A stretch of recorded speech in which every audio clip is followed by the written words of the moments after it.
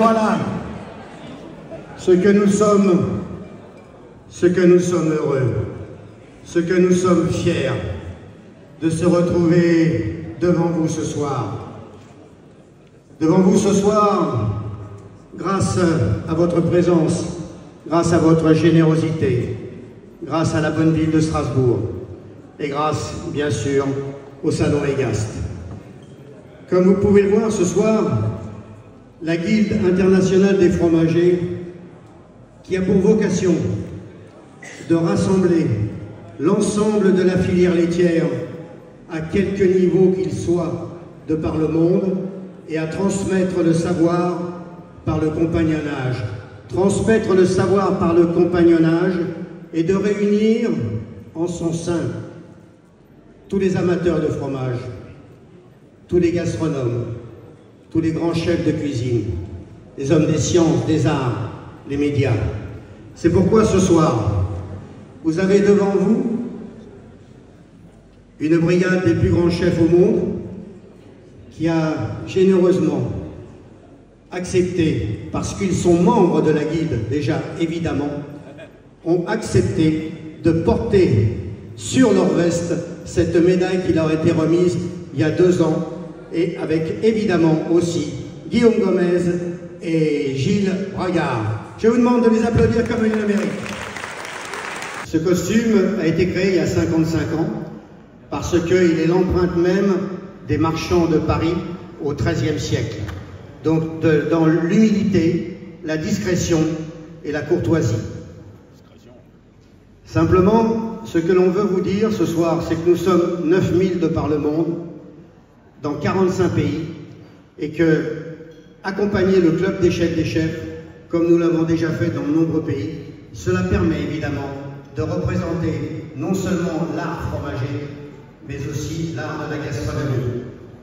Pour ce faire, et sans plus attendre, en remerciant encore une fois le Salon Egast, je vais demander à M. François Stuclin, vice-prévôt de la Guilde, de bien vouloir appeler la première récipiendaire.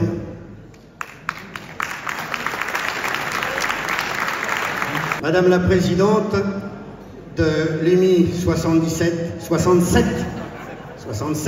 premier lapsus, mais aussi Madame la Présidente nationale de la branche hôtelière.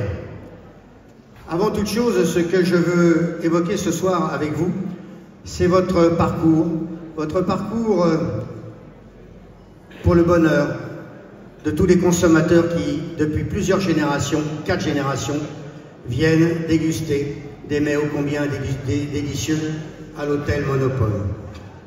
Cet hôtel Monopole, qui remonte à plus du siècle dernier, qu'on va fêter bientôt ses 150 ans, eh bien, cet hôtel métropole, vos grands-parents, vos parents l'ont mené haut et fort dans des contextes difficiles.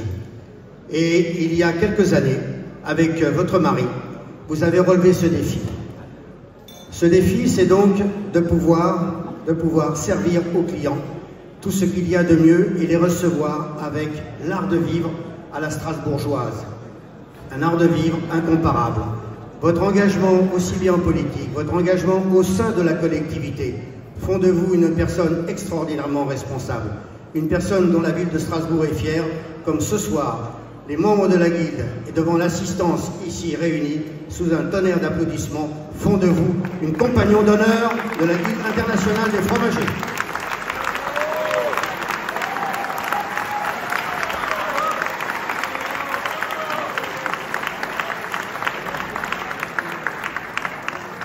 Madame la Présidente d'Europol, votre charge vous donne la responsabilité de 500 000 personnes. 500 000 personnes, mais aujourd'hui, ce que je voudrais, au nom de tous, célébrer, c'est dans la bonne ville, dans l'Extrême, là où vous êtes maire, eh bien, vous êtes dans une commune depuis 10 ans, à la charge de maire de cette commune. Vous êtes une fille d'agriculteur. Et donc, tout autour de vous, il y a des fermes. Et c'est cette agriculture que vous encouragez, que vous veillez. Vous n'avez jamais oublié vos racines terriennes.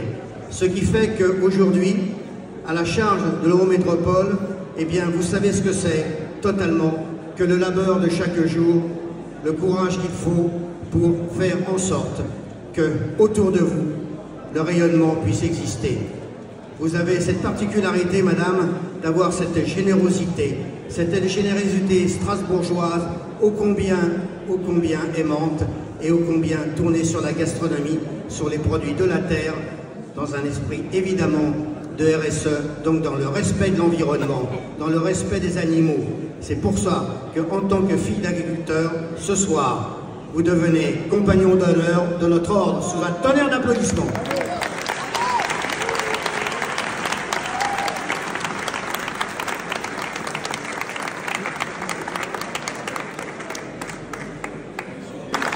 Le voilà.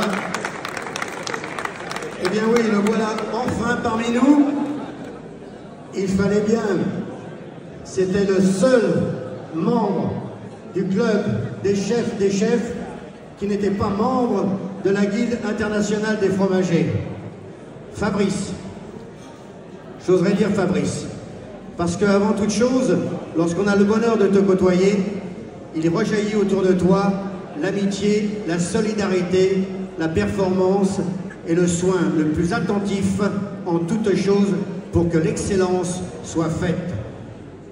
L'excellence soit faite, fallait-il du courage, fallait-il de l'abnégation pour concourir à deux événements les plus importants au monde qui nous sont tant enviés. Le premier, ça demande des années et des années d'apprentissage, des années et des années de travail. C'est se présenter au concours de un des meilleurs ouvriers de France. En 2007, Fabrice, après tant d'efforts, tant d'années, tu deviens meilleur ouvrier de France. Je demande qu'on l'applaudisse.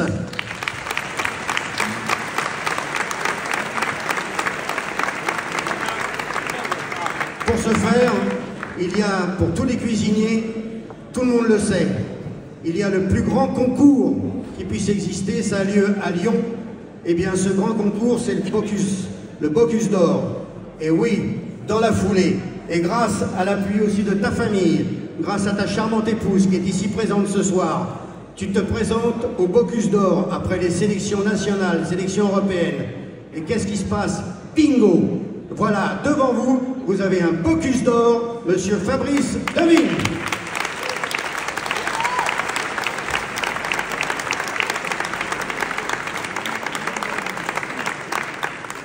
Au quotidien, il faut servir l'excellence au Palais de l'Élysée. Et il y a quelques mois, tout le monde a remarqué, ceux qui ne l'ont pas remarqué, c'est qu'ils ne lisent absolument pas aucun quotidien, qui n'ouvrent jamais un journal, enfin bon, qui ne regardent même jamais la télévision. Ben, vous savez très bien qu'on a reçu le roi Charles III à Versailles, comme il convient. Et il fallait qui? Une brigade d'exception. Eh bien oui, dans cette brigade, qui est-ce qui était le chef d'orchestre de la brigade au Palais de Versailles, qui sert absolument ce grand dîner de gala? C'est toujours monsieur Fabrice Devigne. C'est pourquoi nous sommes particulièrement heureux de le décerner, comme ses confrères autour d'eux, compagnon d'honneur de la Guilde internationale des fromagers.